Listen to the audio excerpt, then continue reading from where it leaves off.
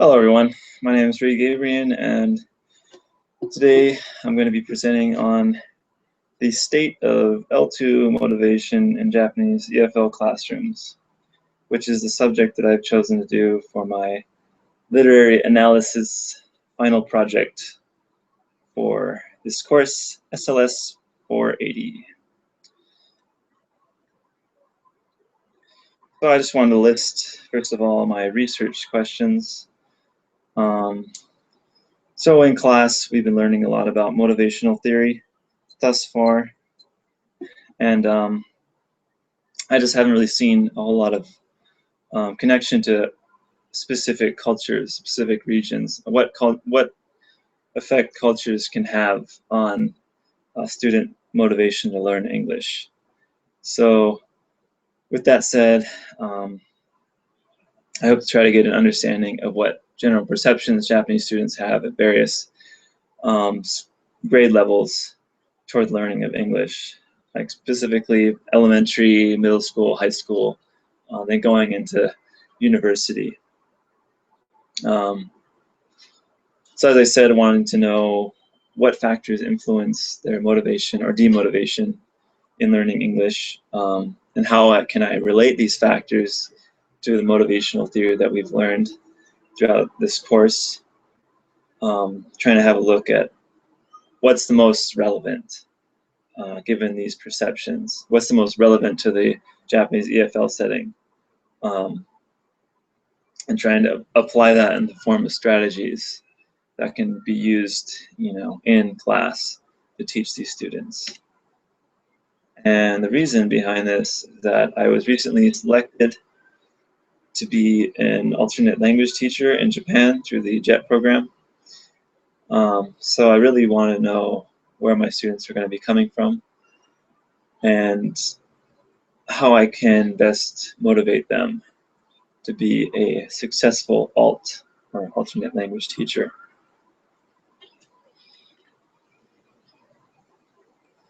So the content that I'm going to be covering, which will be covered in the paper as well, is I want to start off with the historical context. Basically, just to try to understand, where the institution has come from, the institution of teaching English as a second language in Japan. Also looking at student perceptions, relevant motivational theory that's been talked about by other authors. Using this information to try to develop some tentative answers to my questions, as well as the conclusion, further research that I want to do, how I want to develop the paper, as well as the references that I've used thus far and in this presentation as well. So the historical context that I use is largely taken from Fujimoto Adamson, 2006. There's a lot of dates here. I've kind of bolded the more important information.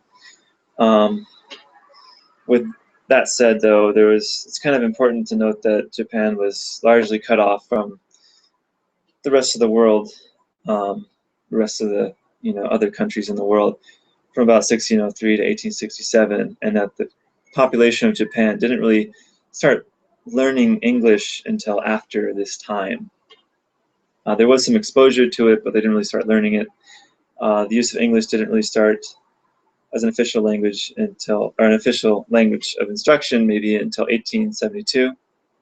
After that, you had 1901, which is the Goen method is introduced, which is basically the audio-lingual method, and then 1905, the grammar translation method, and both of these still exist today. So that's basically what's been used in Japanese EFL classrooms as part of the national curriculum and as part of entrance exam preparation for roughly over the course of the last 100 years.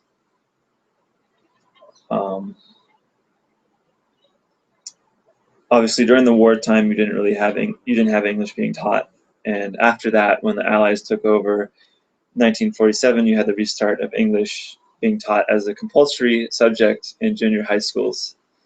And moving on through the years since then, the TOEIC test gets introduced as a measure of proficiency, which is still used in Japan.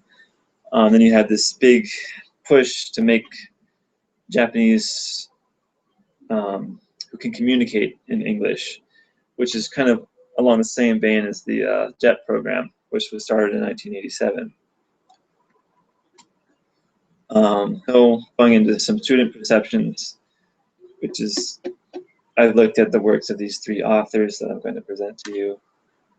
Starting off with Berwick and Ross, 1989. They looked at students who are in their senior year of high school and going into their freshman year of college. So basically, motivation to study English hits its peak during the last year of high school. And this big, crazy, push to study for and pass entrance exams, and English is required to do that. And once these students graduate from high school, then they kind of completely sort of lose their general motivation to do anything. That includes studying English as well. But that once these students sort of acclimate to adulthood and not having to be in the high school frame of mind anymore, then intrinsic motivation can start to be put into them. Like, they can look at what kind of business contacts they might need to have, where they be able to speak English for travel or for business, for jobs, that kind of thing. Then looking at McVeigh, 2002, which is really interesting.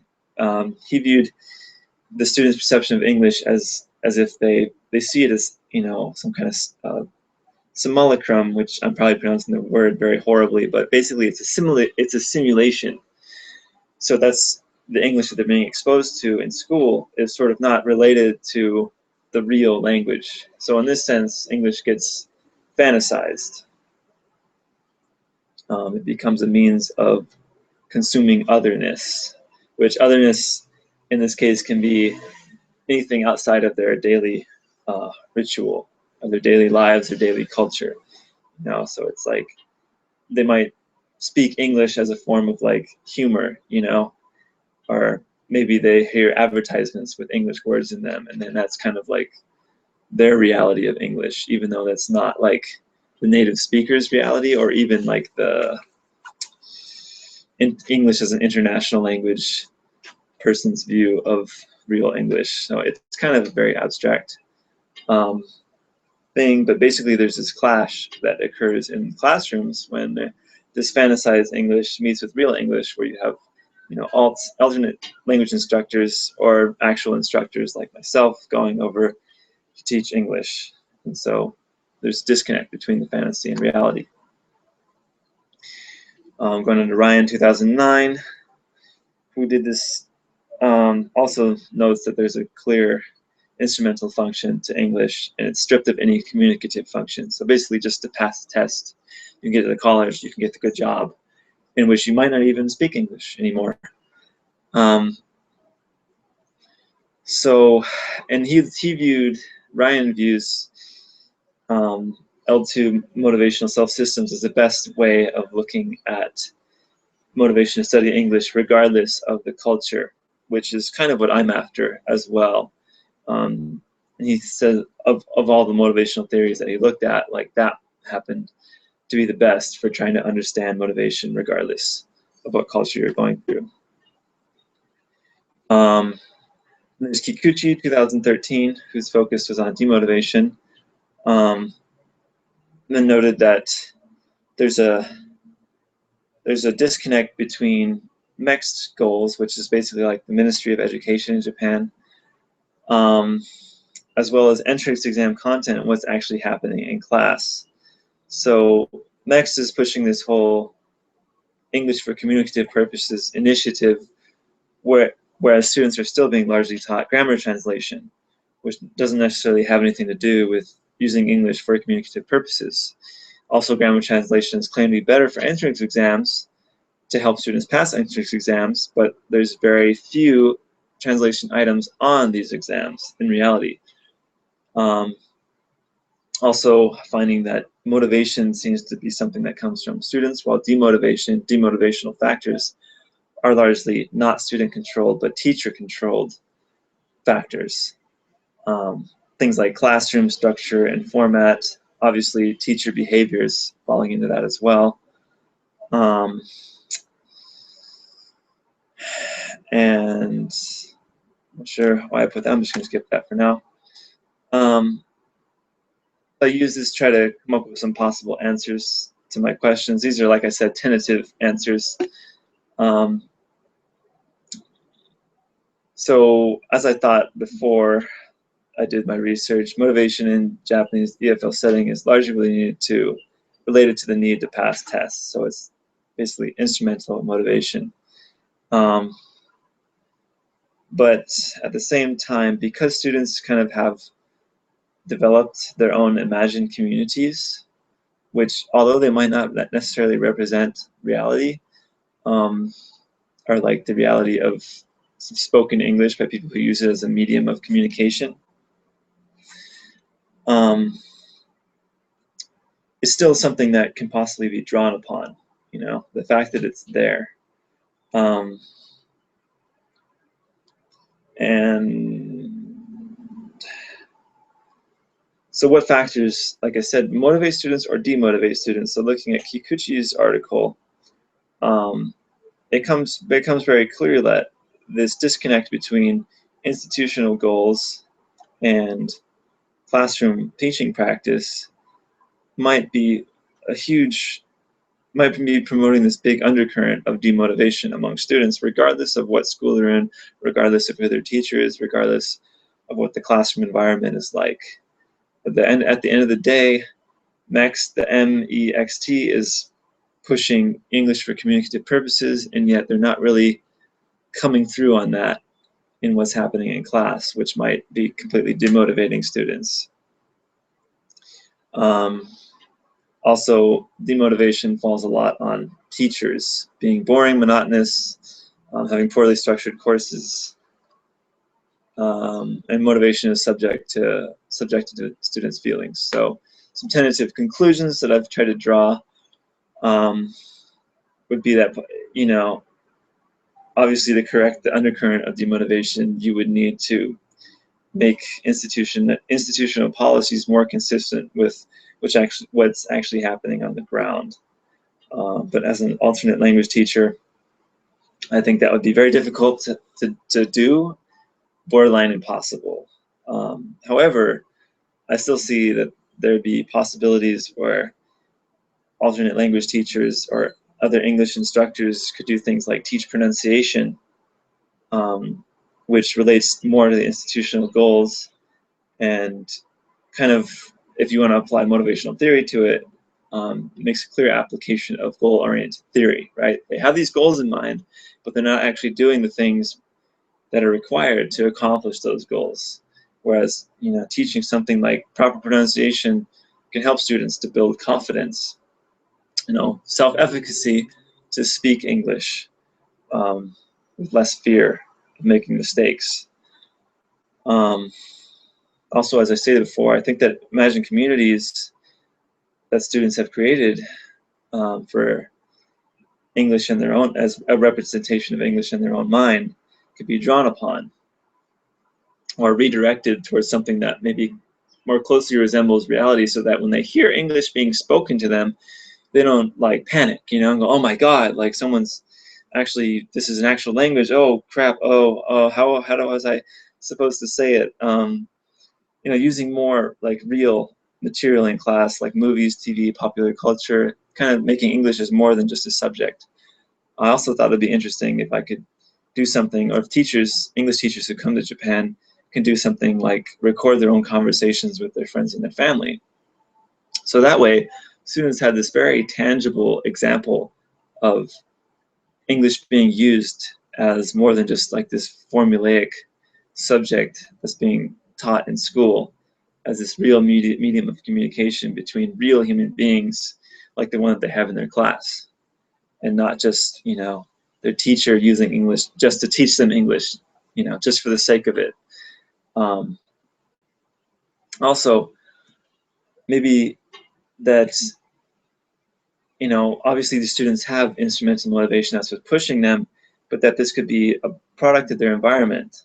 I mean, you know, students are subjected to their own beliefs, but could this possibly be because they've been exposed to so few teaching styles, you know? So few different ways of trying to relate to the language.